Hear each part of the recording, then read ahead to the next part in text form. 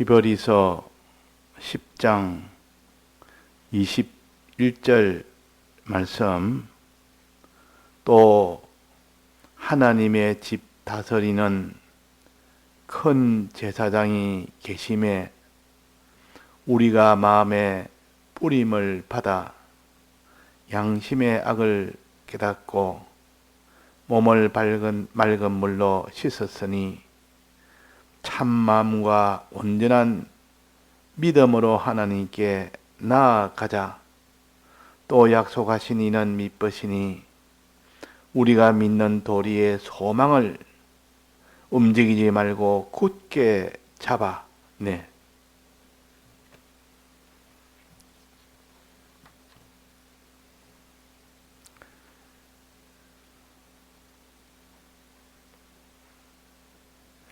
주님의 크신 사랑과 은혜가 아니라면 우리는 죄 가운데서 그 결과로 영원한 사망을 벗어날 수가 없습니다.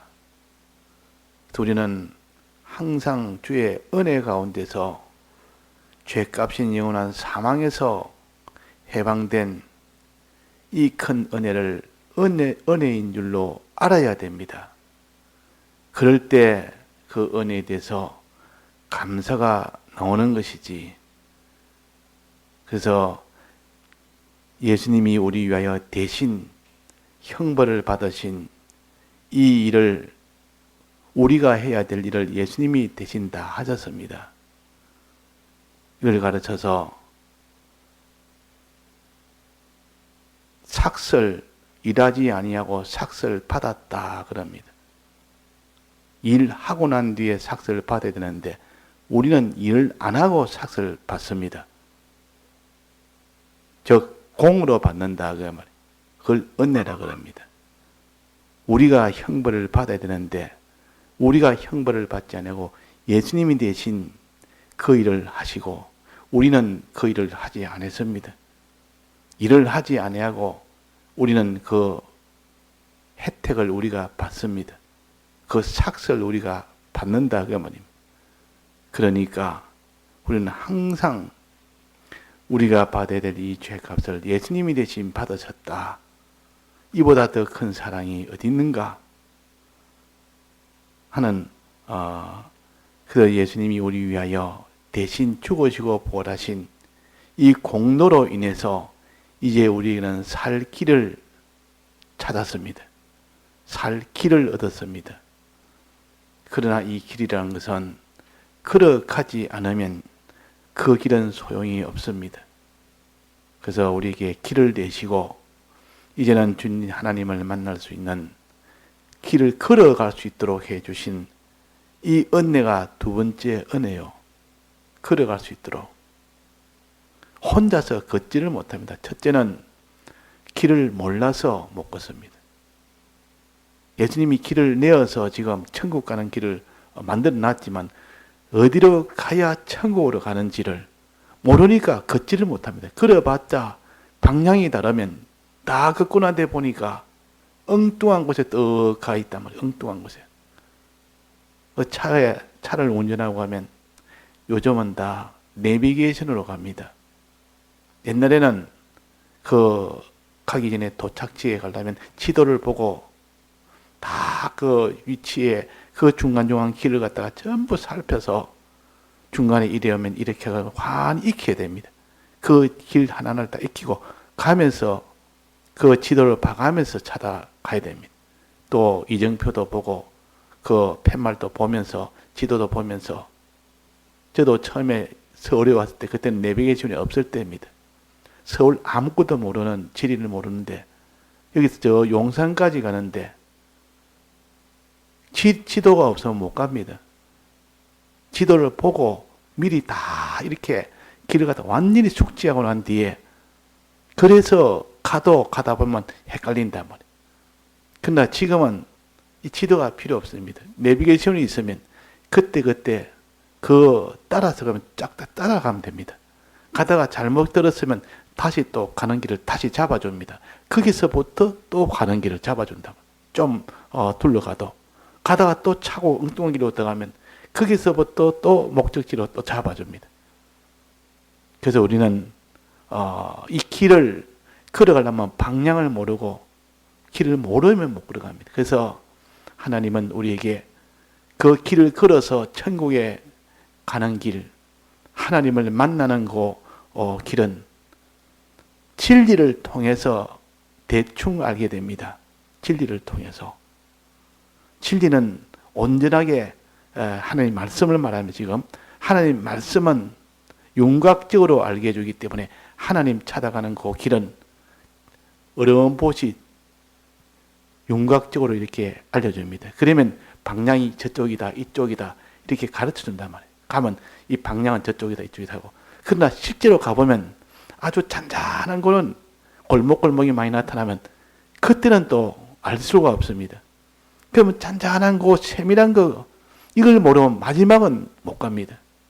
그때 마지막을 알 수 있도록 그 세밀한 길까지도 알려주는 것이 곧 성령의 은혜입니다.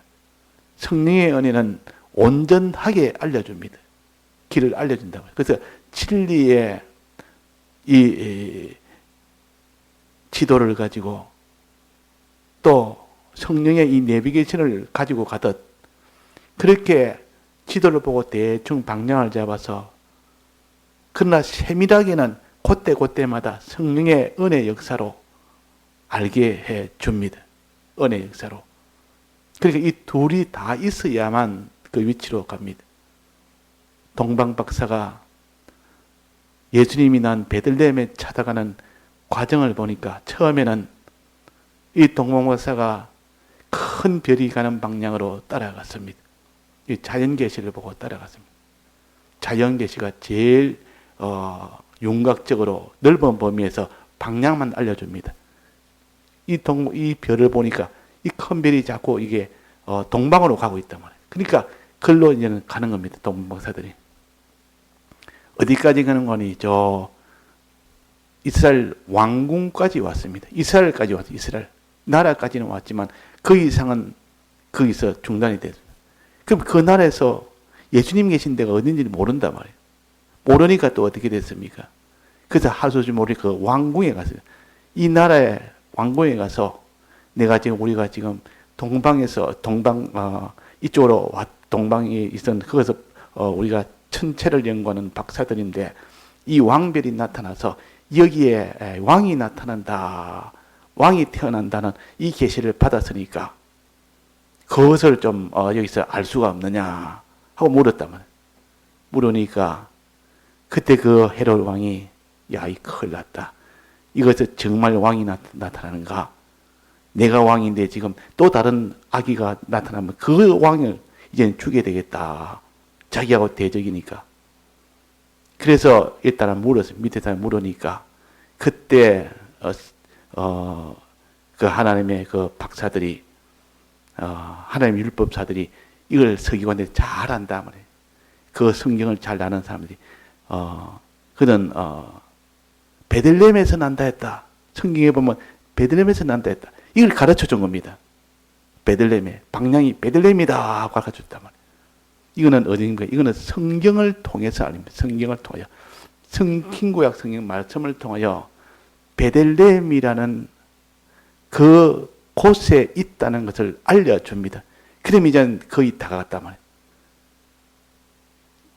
그 동방에서 예루살렘까지 왔고 예루살렘에서 이제는 그 성경 말씀을 통하여 이제는 베들레헴까지 갔습니다.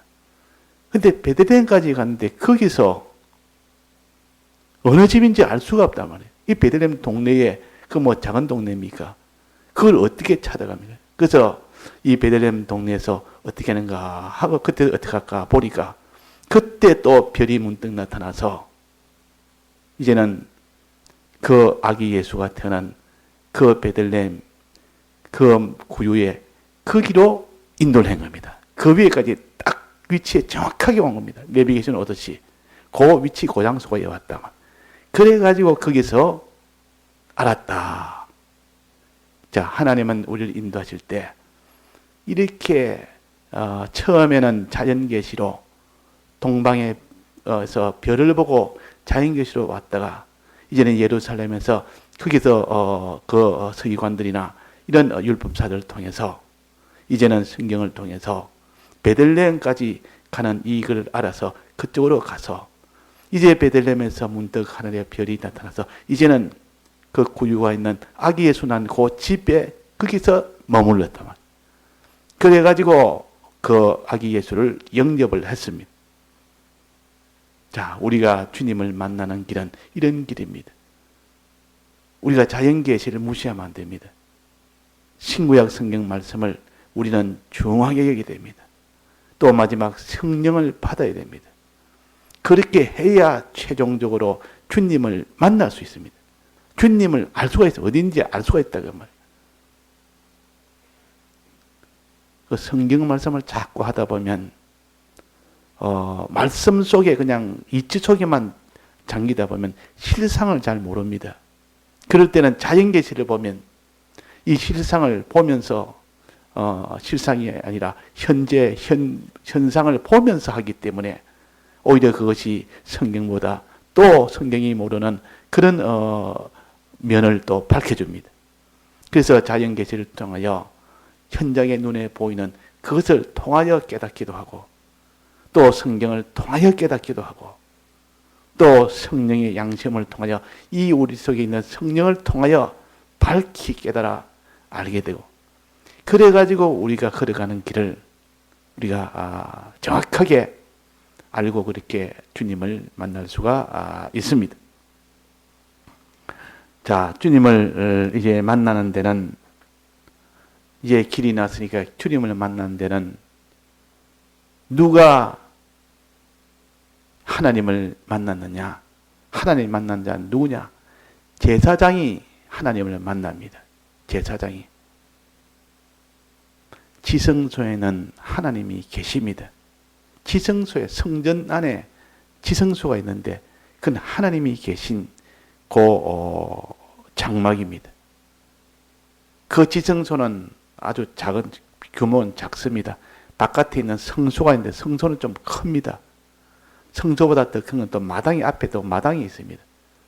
그걸 안마당이라는데 그 마당은 더 큽니다. 또 그 마당 바깥에는 바깥마당이 있는데 그것은 더 큽니다.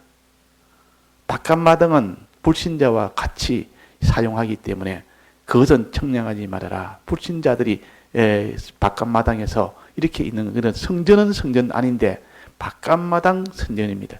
그 성전 안에서도 이 세상을 향하여 가는 그런 것은 청량하지 말아라. 그런 것을 가치로 두지 말아라. 그것을 너는 가지려고 애를 쓰지 말아라. 그러나 안마당은 거기는 제단이 있습니다. 이 제사장이 하는 일은 이 제단에서 짐승을 잡는 것이요. 피를 흘리는 겁니다. 피를 흘리는 거. 그러면 이 제사장이 나중에는 결국 어디까지 들어가는 거 아니 지성소까지 들어갑니다. 지성소까지. 지성소 들어가서 하나님을 뵙습니다. 그래서 대제사장은 지성소까지 들어가는데 제사장은 지성소까지 못 들어가고 성소까지만 들어갑니다. 성소까지만 들어가고 그래서 제사장들은 대제사장을 따라 모든 거기에 지시를 받아 대제사장이 하는 그대로 따라합니다. 그래서 나중에는 그것이 자라서 또 나중에 대제사장이 되고 대제사장이 되어서 1년에 한 번 지성소에 들어가는 자가 되고 그래서 어릴 때는 제사장이 됐다가 나중에는 대제사장이 돼서 1년에 한 번 대속죄일에 들어간단 말이에요. 그 말은 우리는 제사장들입니다. 우리는 하나님이 제사장으로 세웠습니다. 우리는 대제사장이신 예수님을 따라 예수님이 대제사장 일을 하는 것을 그대로 우리는 따라합니다. 따라가야 됩니다. 대제사장이신 예수님을 이 우리가 제사장인 우리가 따라가야 된다.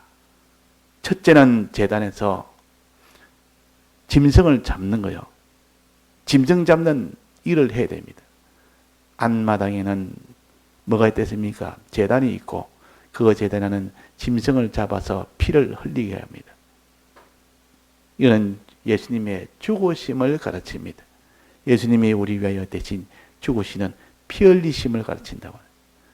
그러면 이거는 무엇을 가르쳤냐? 우리 마음에 예수님의 핏뿌림을 받는 자가 되라. 즉 예수님의 대속을 믿는 자가 되라. 이것이 제사장 첫 번째 할 일이요. 짐승을 잡는 것이 첫 번째 할 일 아닙니까? 그러니까 우리는 주님이 우리 위하여 피 흘리심을 내 마음에, 그 피를 내 마음에 뿌려라, 이 말은 주님의 피 흘리심을 내 마음에 믿으라, 그 말이에요. 우리 위하여 대신 죽으심을 믿으라. 우리 위하여, 우리 죄를 위하여 죽으시고 우리의 의를 주기 위해서 죽으시고 우리에게 하나님과 화친을 얻게 하기 위하여 죽으셨다.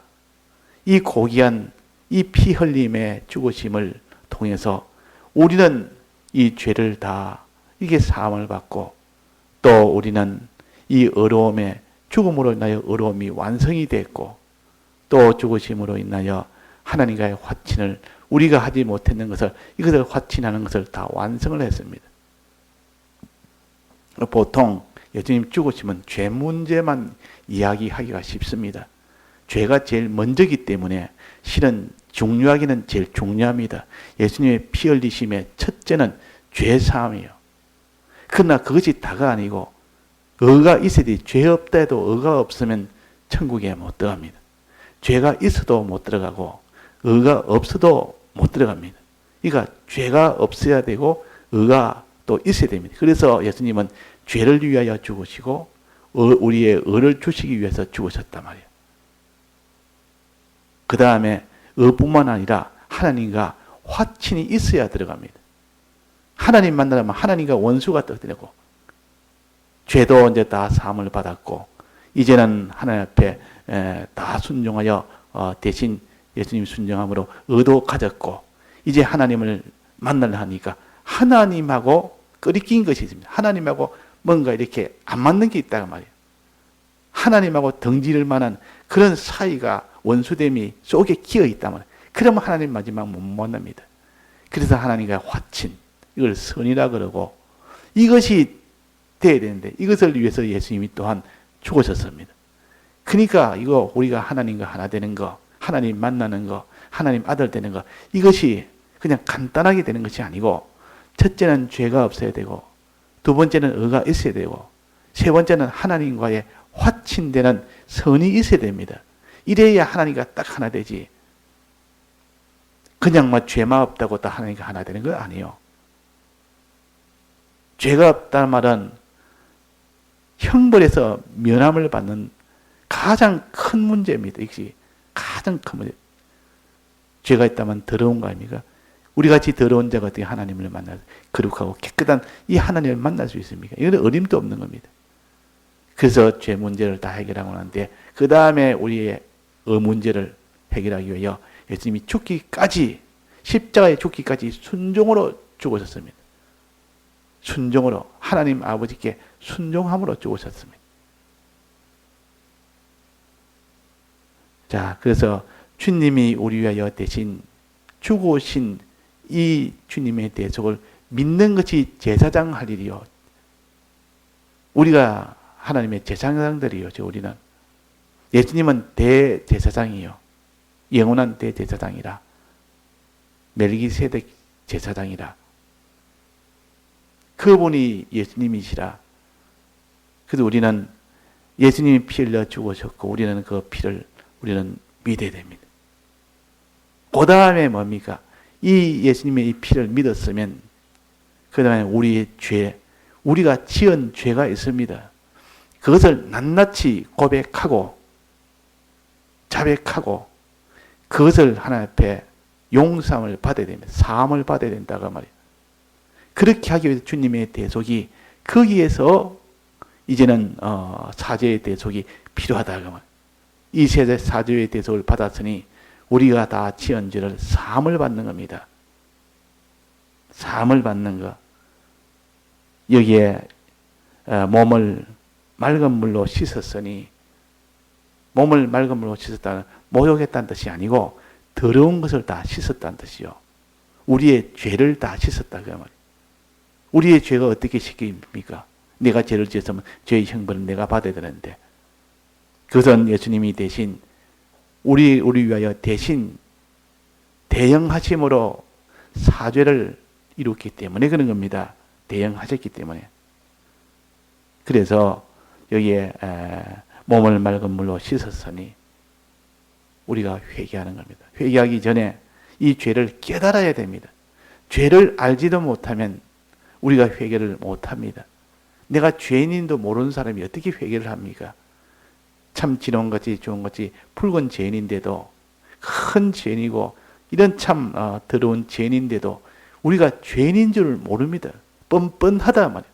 죄를 짓고 이 죄인으로 자백을 안 한 사람은 뻔뻔한 사람이에요.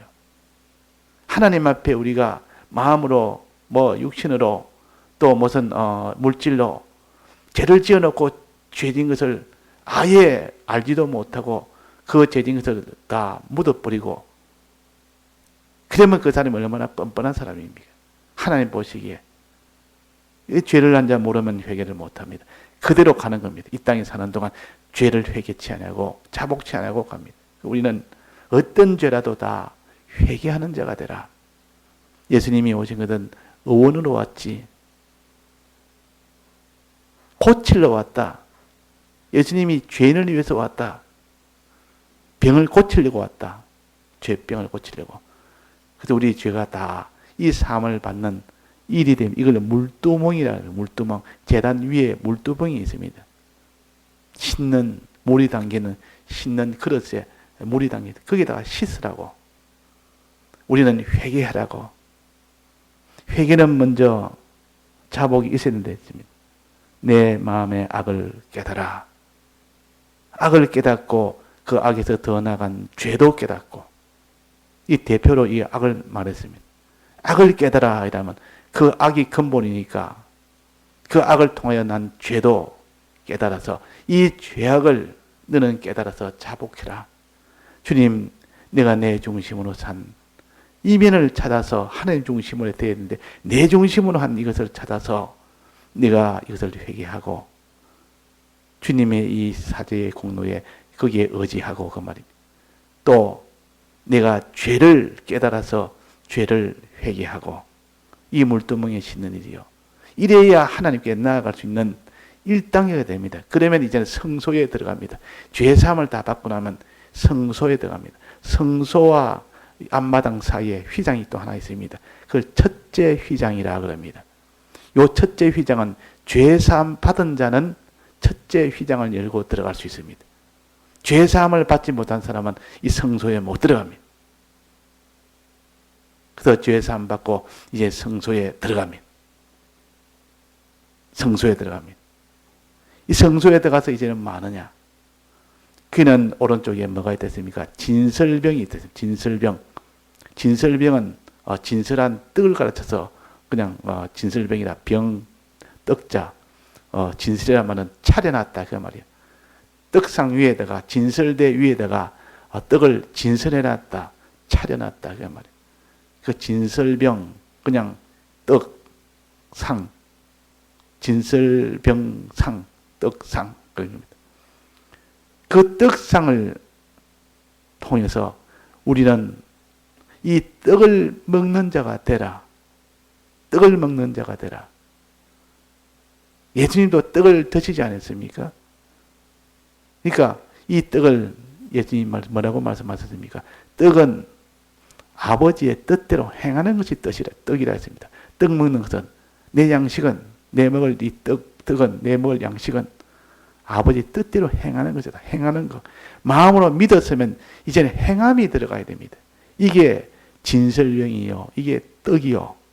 요 떡을 먹는 겁니다. 우리가 떡을 먹어야 되는데 주여 주여 하는 자마다 다 천국에 들어갈 것이 아니요 아버지의 뜻대로 행하는 자라만 들어간다. 마음으로 믿어서 들어가는 것이 그것이 1차적으로 있고 그 다음에 행해야 된다 말이에요. 그 떡을 먹어야 된다. 그래서 오른쪽에 떡상을 만들어낸 겁니다. 진설대를 만들어낸 겁니다.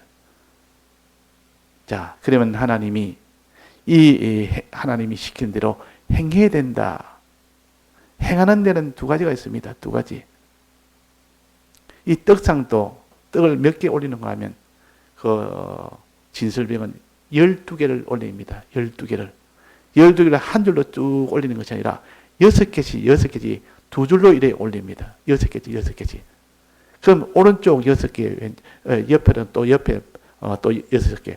이러면 이 두 줄로 만드는데 두 줄 만든 것이 우리가 행해야 될 것이 두 종류가 있다는 뜻이죠. 우리가 행해야 될 것이 두 종류가 있다는 거죠.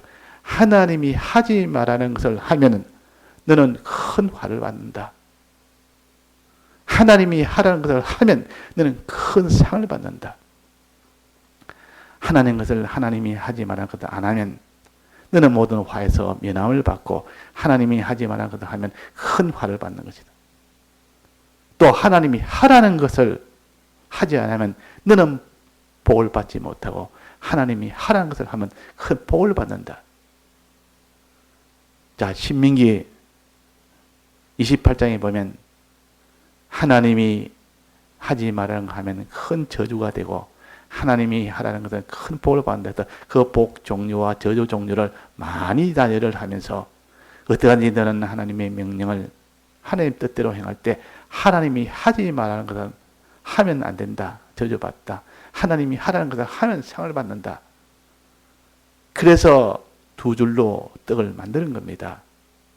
하나님 앞에 우리는 하지 말라는 죄를 안 지어야 됩니다. 싸워서 이겨야 됩니다. 하라는 것을 끝까지 하지 말라는 것을 안 할 때 그걸 거룩한 자라. 하라는 것을 끝까지 그 일을 하면 하나님 앞에 순종하는 의인이라. 의라. 그럽니다. 그래서 모세를 통해서 하나님이 이제 가나안 땅에 들어가더라 여호수아에게 시키라.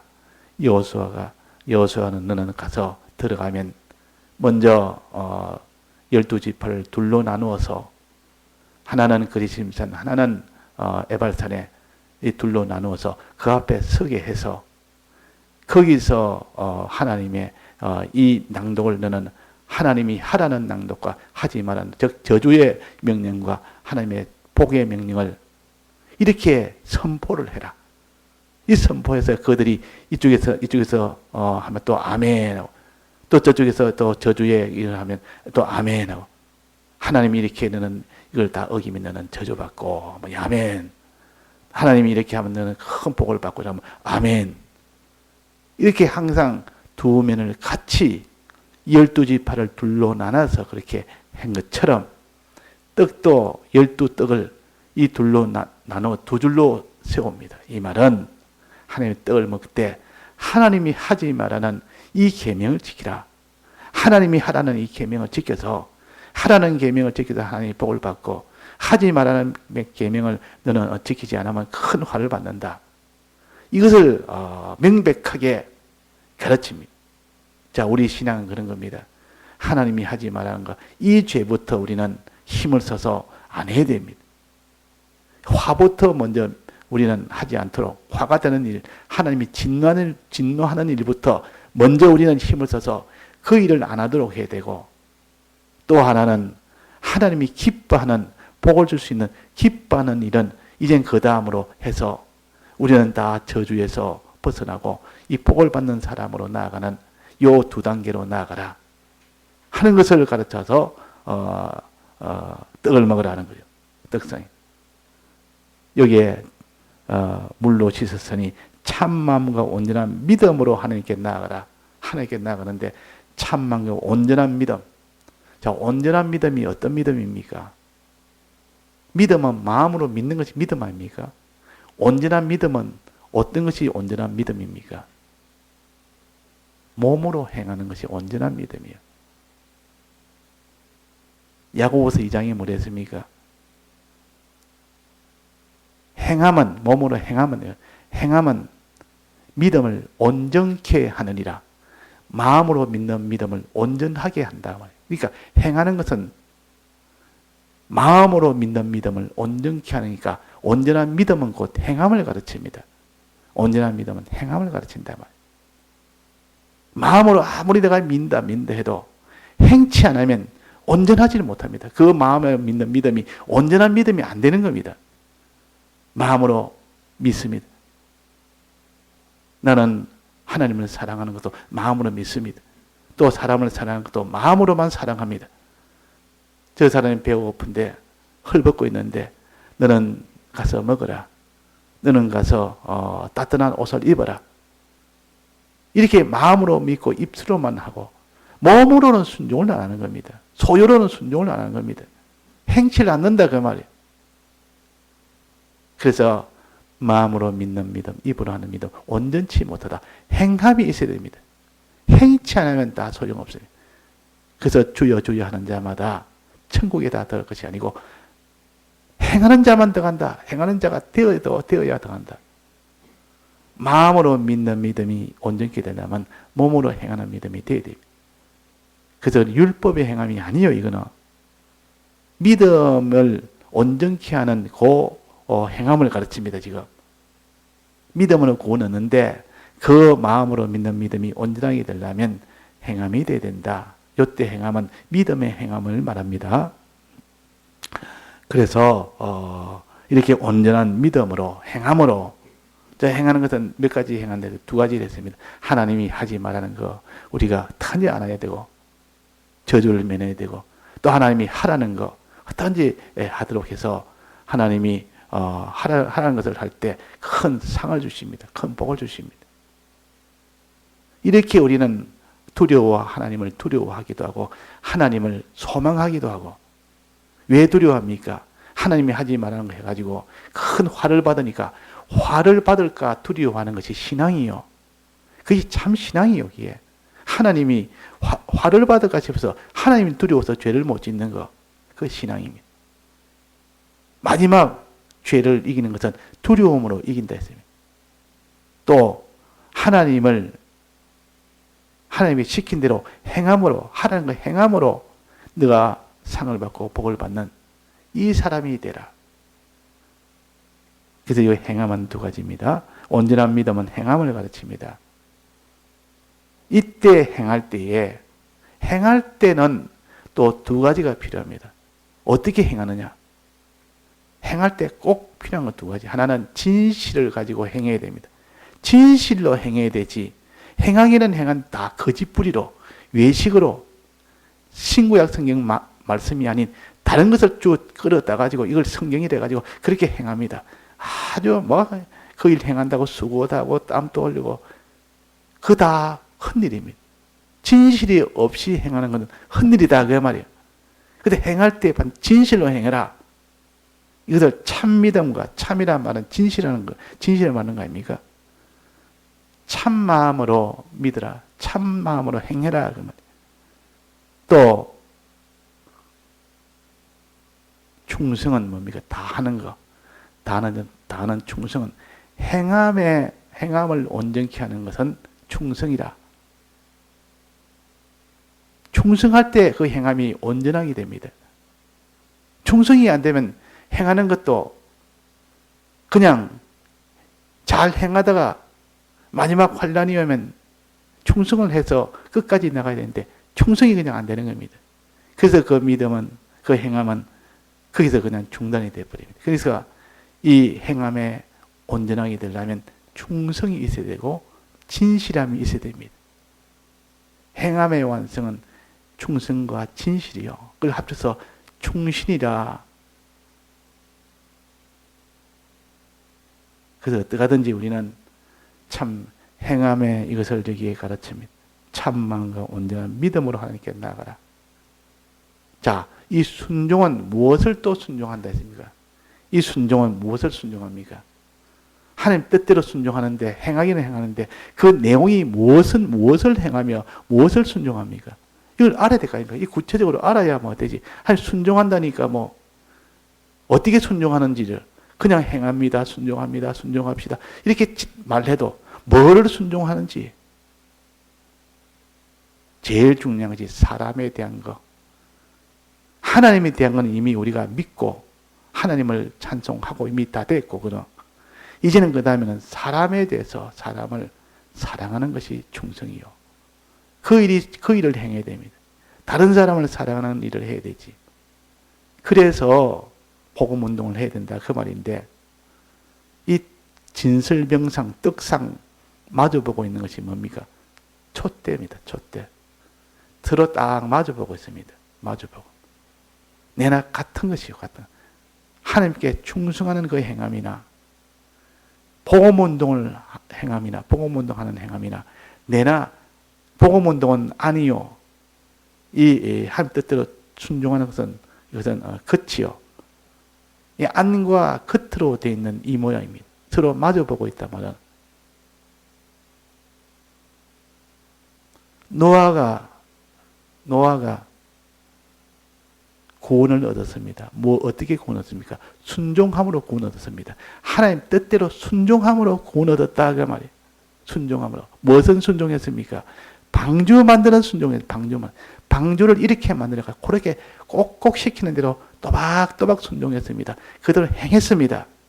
행하고 나니까 이제 구원을 받았습니다. 그 행한 것이 방주 아닙니까? 그 방주 만드는 것은 하나님 뜻대로 행한 것을 방주라 그러고 그것이 나중에 어떻게 됩니까? 큰 배가 되고 그 배 안에 들어가도록 했습니다. 그래서 하나님이 노아야 방주를 다 만들게 해놓고 이제는 모든 이 짐승이나 이 모든 사람이나 사람도 그렇고 다 들어가고 그게 짐승도 다 들어가고 암수 새끼 전부 다 들어가고 이래가지고 거기에 들어간 것은 다 구원을 얻었습니다. 피조물 전부.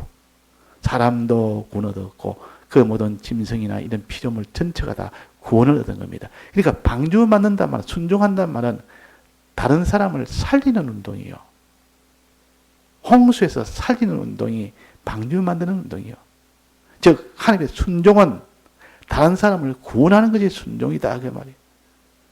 그래서 진설병상과 초대상은 서로 마주보고 서로 같은 것을 말합니다. 복음운동을 아는 사람은 행함이 없는 믿음이요. 복음운동. 그래서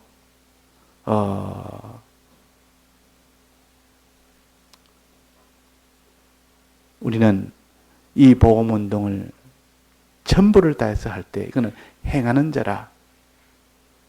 다해서 해라. 충성으로 해라. 진실되게 해라. 진실과 충성을 가지고 해야만 그 복음운동이 행함이 온전하게 됩니다. 그래서 이제는 하나님께 나아가고 그럴 때 이제는 지성소로 들어가게 됩니다. 지성소 들어가야 하나님 만나죠. 그게 구원인데 오늘도 우리가 이 복음운동을 마지막으로 전부를 다해서 우리는 복음운동을 해야 됩니다. 그 복음운동을 가르쳐서 그 밑에 말하지 않습니까? 서로 돌아보아. 서로 돌아보아. 사람을 사랑하는 이 일을 해야 되지. 우리는 자기 하나, 어릴 때는 자기 하나 신앙을 돋우는 일이 필요합니다. 다른 이것저것 하려다 보면 자기가 신앙이 서지 못하면 헛일이기 때문에 그때는 돌아볼 여유가 없습니다. 어릴 때는.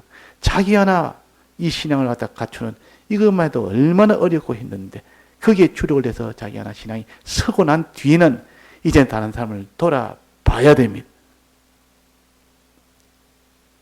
바울 되기 전에 사울로 이 예수 민자를 잡아다 죽이고 거기서 예수님을 만나서 회개하고 난 뒤에 복음운동을 바로 했습니까? 어떻게 했습니까? 회개하자마자 복음운동 했습니까?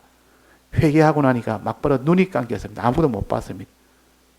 그 뒤에 눈이 뜨고 나니까 이제는 아라비아에서 3년 동안 아무데도 가지 않고 거기만 있습니다. 사람을 안 만났습니다. 그 왜 그렇습니까?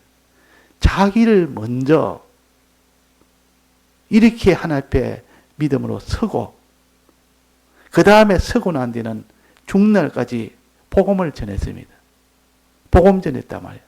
이 바울이 복음을 전했다고 말이에요. 자, 우리에게는 다 이런 거예요. 하나님께 순종으로 자기를 먼저 세우고 순종생활하는 그것이 곧 나중에 복음운동으로 나아가는 실제로는 복음운동으로 나아가는 그 사람이 돼야 된다는 겁니다. 다 같이 통성으로 기도하시다가 자유하시겠습니다.